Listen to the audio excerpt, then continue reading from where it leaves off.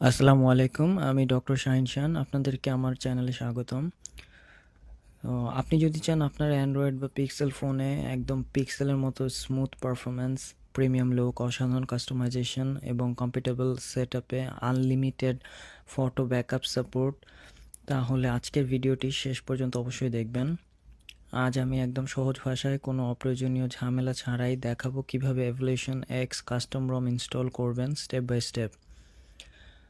নতুন ব্যবহারকারী হলেও ভিডিও অনুসরণ করে পুরো প্রক্রিয়াটি বুঝতে পারবেন, কোনো সমস্যা হওয়ার কথা না। শুধু একটি বিষয় মনে রাখবেন, এই টিউটোরিয়ালটি ফলো করার আগে আপনার ডিভাইসের বুট লোডার অবশ্যই আনলক থাকতে হবে, আর আপনার গুরুত্বপূর্ণ ডেটা অবশ্যই ব্যাকআপ করে নেবেন। সো চলুন আর কথা না বাড়িয়ে আমরা আজকের ভিডিওতে চলে যাই। সো আমি এই টিউটোরিয়ালটা আমি আমার পিক্সেল 6-এ করে দেখাবো। আপনি আপনার যে কোনো অ্যান্ড্রয়েড ডিভাইসে এটা করতে পারবেন। এভুলেশন এক্স রমটা আপনার ডিভাইস সাপোর্ট করে কিনা আপনি তাদের ওয়েবসাইট থেকে দেখতে পারেন। সো প্রথমে যেটা করতে হবে, আপনি গুগলে গিয়ে XDA পিক্সেল 6, আমি আমার ডিভাইসের এটা দিয়ে সার্চ দিচ্ছি। সো এখানে আপনার এই যে ট্যাবগুলোর ভিতরে ডেভেলপমেন্ট যে ট্যাবটা আছে, এখানে ঢুকলে আপনার এই যে এভুলেশন এক্স অফিসিয়াল এই পেজটাতে ঢোকার পরে আপনার এখান থেকে আমি প্রয়োজনীয় যে ফাইলগুলো এগুলো ডাউনলোড করে নিব। ইনস্টলেশনের ভিতরে এখানে দেওয়া আছে যে এভলিউশন এক্সের ওদের অফিসিয়াল পেজ, এটা পিক্সেল 6-এর জন্য। সো আমি এখান থেকে প্রয়োজনীয় যে ফাইলগুলো ওগুলো ডাউনলোড করে নিব। সো রম ফাইলটা ডাউনলোড দিয়ে দিলাম। এটা বেশ কিছুটা সময় নেবে, একটু বড় ফাইল, এটা 2.7 জিবির মতো। সো এটা কিছুটা সময় নেবে। এটার সাথে আনুষঙ্গিক আরও কয়েকটা ছোট ছোট ফাইল আমার ডাউনলোড করতে হবে, boot.img, আর কিছু img ফাইল। সো এগুলো আমি এখন ডাউনলোড দিয়ে দিব। সো আরেকটা ব্যাপার হচ্ছে, অনেকে বলেন যে পিসি বা ল্যাপটপ ছাড়া এটা পসিবল কিনা। পিসি বা ল্যাপটপ আপনার লাগবে।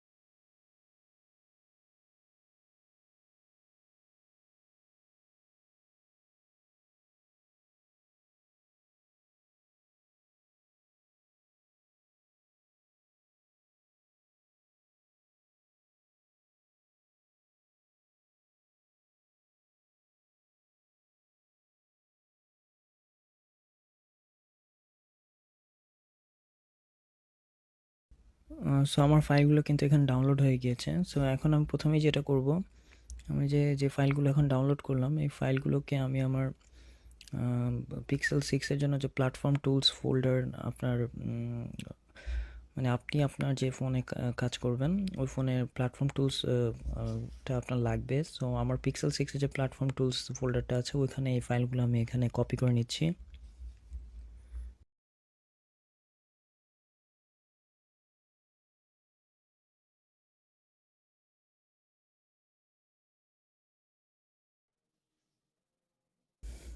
সো এখন আমি আমার ফোন থেকে এখানে সেটিংসে গিয়ে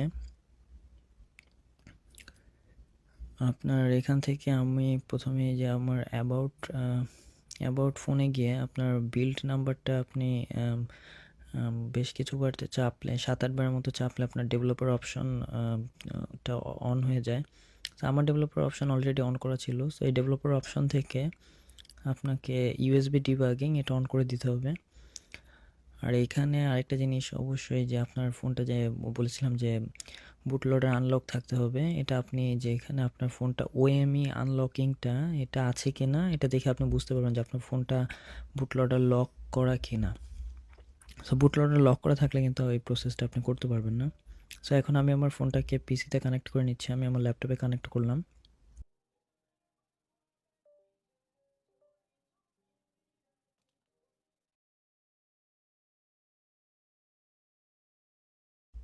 হ্যাঁ, এখন আমার পিক্সেল 6-এর যে প্ল্যাটফর্ম টুলস ফোল্ডারটা আছে এখানে কমান্ড প্রম্পট ওপেন করব।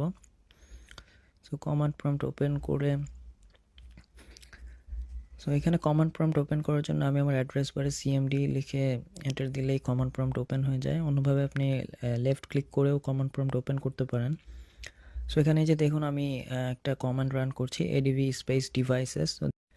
সো এই কমান্ডটা দেওয়ার পরে কিন্তু আমার ডিভাইস অ্যাটাস্টেড আসছে না, কারণ ওই যে আমার ফোনে একটা প্রম্পট যাবে ইউএসবি ডিবাগিংয়ের যে অন করেছি ওটার জন্য একটা প্রম্পট যাবে, ওটা আপনাকে অ্যালাউ দিতে হবে।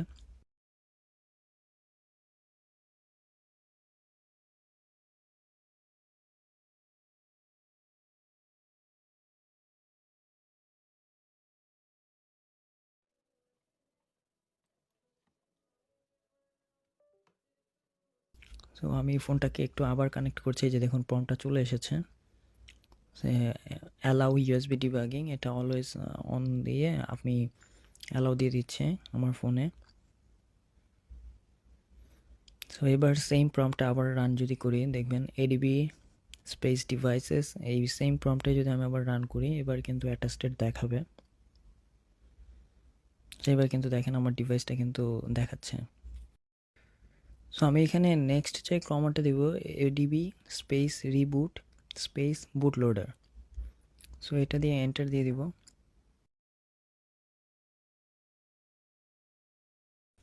তাহলে আমার ফোনটা কিন্তু ফাস্ট বুট মোডে চলে যাবে। সো আমি আমার ফোনের এই পার্টটা আসলে রেকর্ডিং করিনি, রেকর্ডিং করা হয়নি। সো এটা আমার ফোন এখন ফাস্ট বুট মোডে চলে গিয়েছে। সো এখান থেকে আমি এখন ওই যে আপনার ওয়েবসাইটে ঢুকে এখানে এই যে কমান্ডগুলো আছে এগুলো রান করলেই হয়ে যাবে।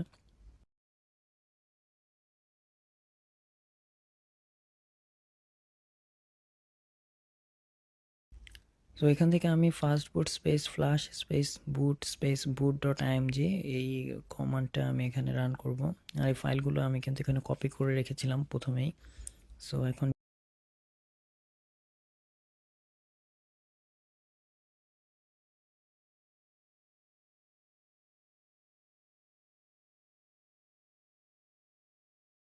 জাস্ট এন্টার চেপে দিলেই হবে, এই ফাইলটা আমার ফোনে মানে লোড হয়ে যাবে। সো এটা কিন্তু হয়ে গিয়েছে। সো নেক্সট কমান্ডটা আমি দিব ফাস্ট বুট স্পেস ফ্ল্যাশ ডট, ওই বাকি যে কমান্ডগুলো আছে এইভাবে ধাপে ধাপে আমি কমান্ডগুলো এখানে কপি পেস্ট করে এন্টার চেপে দিব জাস্ট। সো নেক্সট কমান্ডটাও কিন্তু সাকসেসফুলি এক্সিকিউট হয়ে গিয়েছে। এরপর আমি আমার নেক্সট কমান্ডটা দিব।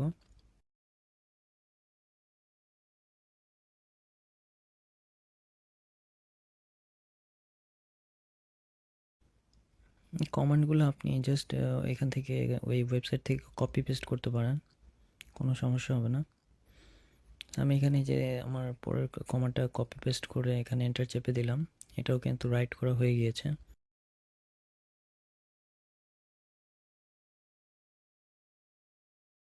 এই পার্টটা ইম্পর্ট্যান্ট। এখন আমার ফোনকে রিকভারিতে রিবুট করাতে হবে এবং আমার ফ্যাক্টরি রিসেট করতে হবে এবং সব ডাটা কিন্তু এখন চলে যাবে। সো এখান থেকে দেখুন আমি আমার যে ফাস্ট বুট মোডে ছিল আমার ফোনটা, আমি এখান থেকে রিকভারিতে চলে যাচ্ছি।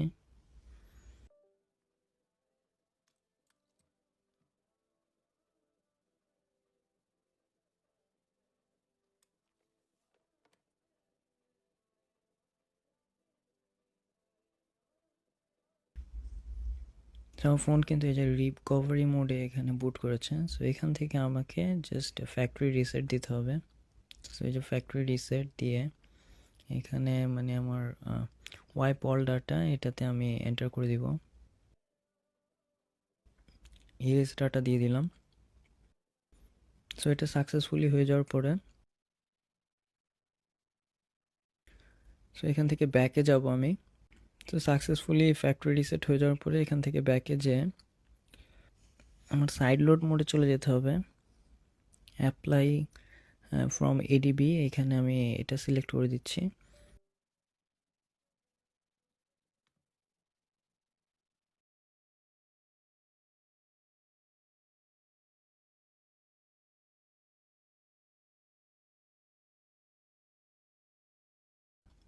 এরপর আমি এখানে কমান্ড দিব ADB space side load space দিয়ে আপনার রম ফাইলটা আপনি যেখানে ডাউনলোড করেছেন এটা নট নেসেসারিলি আপনার মানে ফাস্ট বুট ফোল্ডারে কপি করবেন, আপনি এটা যেখানে রেখেছেন ওখান থেকে ড্র্যাগ অ্যান্ড ড্রপ করে জাস্ট এন্টার চেপে দিলেই হবে। সো এখন কিন্তু আপনার মেইন যে রম ফাইলটা ওটা কিন্তু এখানে মানে আস্তে আস্তে আপনার ফোনে এটা ইনস্টল হতে থাকবে এবং এই প্রসেসটা কিছুটা সময় নেবে। এখানে স্টেপ 1/2 দেখাচ্ছে আমার ফোন স্ক্রিনে। আমি এখানে একটু ফাস্ট ফরওয়ার্ড করে দিচ্ছি।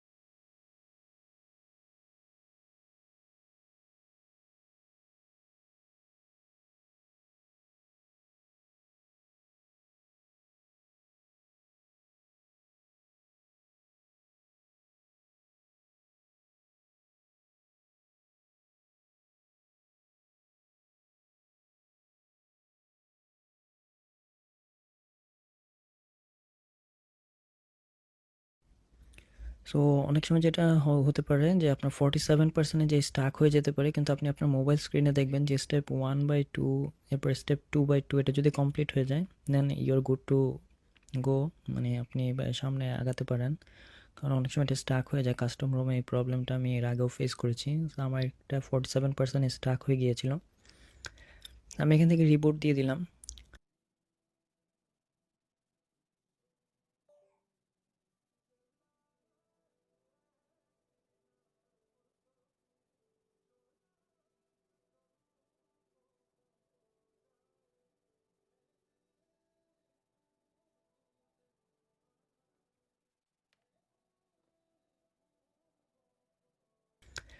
আমি এখান থেকে রিপোর্ট দিয়ে দিলাম। আমাদের কাজ কিন্তু মোটামুটি শেষ। এখন জাস্ট রিবুট করলে আপনি দেখতে পাবেন যে আমাদের ফোন কিন্তু এখন এভুলেশন এক্স যে কাস্টম রমটা আছে ওইটাতে বুট নিবে। তো এখানে কিন্তু গুগল স্ক্রিনটা চলে এসেছে এবং এখানে দেখতে পাচ্ছেন এভুলেশন এক্স রমের যে আপনার লোগোটাও চলে এসেছে। সো এই বুট হতে কিছুটা সময় নেবে।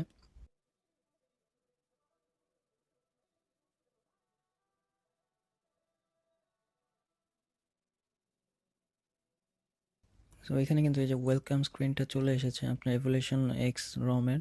সো এখান থেকে জাস্ট আমি ফার্দার প্রসিড করব এবং এই বেসিক এই সেটআপগুলো আপনারা সবাই পারবেন। আপনি যে আপনার মানে ফার্স্ট টাইম যে করতে হয়, সেটআপটা করতে হয়, ওইটা এখান থেকে আপনি আপনার ওয়াইফাই এগুলো সব কানেক্ট করে নেবেন, আপনার জিমেল টিমেল এখানে লগ ইন করে দিবেন। সো এই পার্টটা আমি আর এক্সপ্লেন করলাম না, এটা এক্সপ্লেন করার মতো কিছু নেই।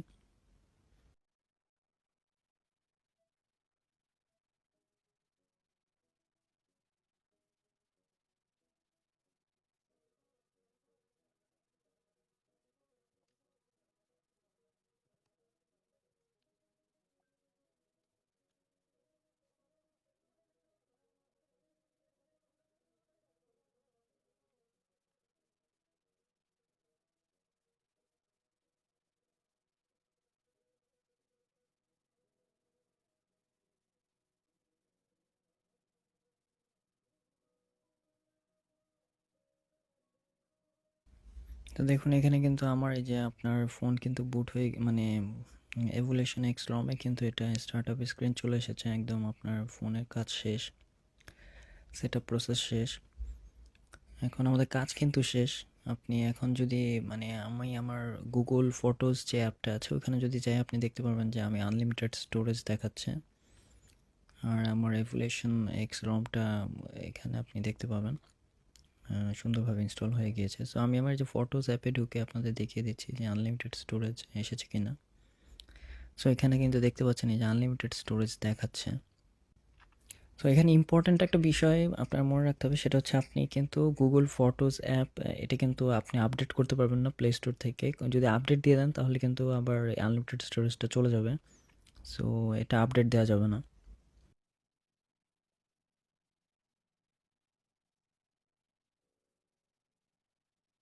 এখান থেকে আমি একটু সেটিংস থেকে আপনাদেরকে মানে আমার রমের এটা দেখাই দেই যে যে এভুলেশন এক্স এটা হচ্ছে অ্যান্ড্রয়েড 16 ভার্সন, এটা 12 মে 2026-এর বিল্ড।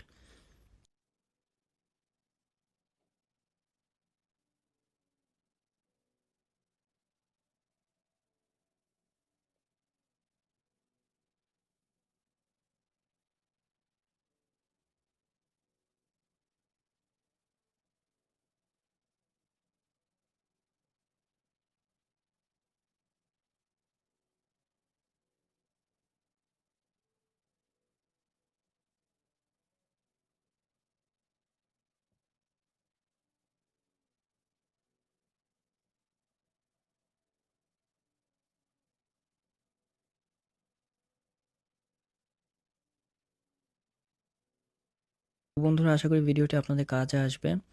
ভিডিওটি ভালো লাগলে অবশ্যই একটি লাইক দিবেন। আর অ্যান্ড্রয়েড টিপস, কাস্টম রম, টেক্সট টিউটোরিয়াল এর পাশাপাশি নতুন নতুন ডিআইওয়াই প্রজেক্ট বিভিন্ন ভিডিও পেতে আমার চ্যানেলটি সাবস্ক্রাইব করে রাখবেন। আর কোনো প্রশ্ন বা সমস্যায় পড়লে কমেন্টে জানাতে পারেন, অথবা আমাকে টেলিগ্রাম, হোয়াটসঅ্যাপ এগুলোতে নক করতে পারেন। সো আজকের মতো বিদায় নিচ্ছি। সবাই ভালো থাকবেন, সুস্থ থাকবেন। আল্লাহ হাফেজ।